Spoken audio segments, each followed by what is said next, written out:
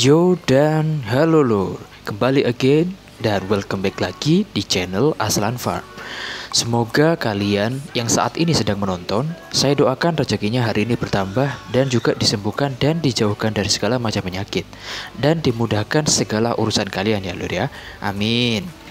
Oke lur, jadi sesuai dengan judulnya ya, kali ini saya ingin sedikit kasih lihat dokumentasi bagaimana proses menambal terpal saya yang kemarin sobek karena panen terakhir lur. Ya maklum ya, karena kemarin sempat dibongkar sebentar untuk revisi bagian central drainnya lur.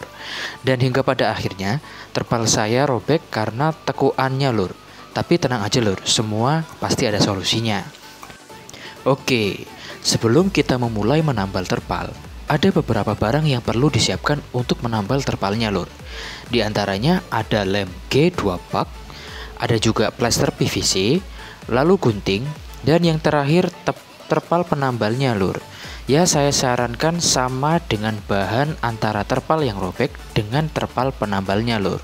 Seperti halnya terpal yang sobek yaitu berbahan orchid semi karet, dan saya sarankan juga untuk terpal penambalnya pun juga orchid yang semi karet juga lur.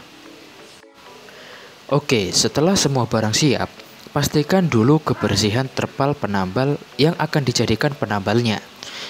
Wajib kering dan juga terbebas dari berbagai macam kotoran lur. Begitu juga bagian kolam terpalnya.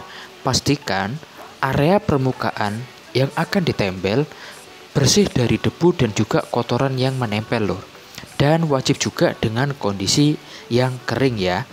Seperti itu lur. Untuk langkah selanjutnya yaitu kita potong terpal penambal sesuai dengan bentuk dengan sobekannya lur. Dan pastikan penambalnya jauh lebih besar ya. Oke, setelah tahu ukurannya, lalu potong sesuai bentuk yang akan ditempel lur. Karena punya saya sobekannya memanjang, maka saya potong penambalnya dengan bentuk persegi panjang juga lur. Seperti itu. Dan juga tidak luput untuk bagian plester PVC-nya. Saya juga potong persegi panjang. Namun dengan lebar yang lebih pendek dari terpal orchid penambalnya lur.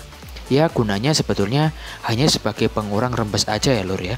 Dan ditempel di bawah terpal orchidnya.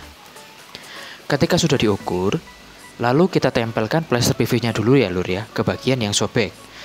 Dan area yang rentan sobek tentunya lur. Tekan dan gosok plester PVC-nya secara merata supaya plesternya mampu untuk menutup hingga kedap ke bagian-bagian terkecil di sekitar sobekannya lur.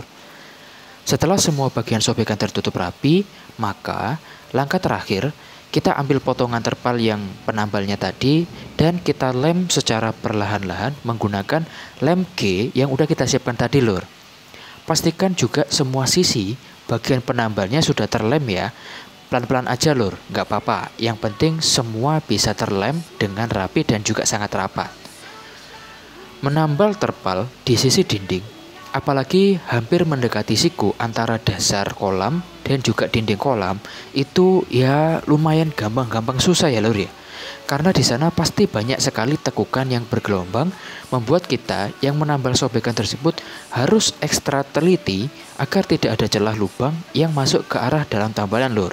Pastikan semua bagian sudah terlem dengan sangat rapat.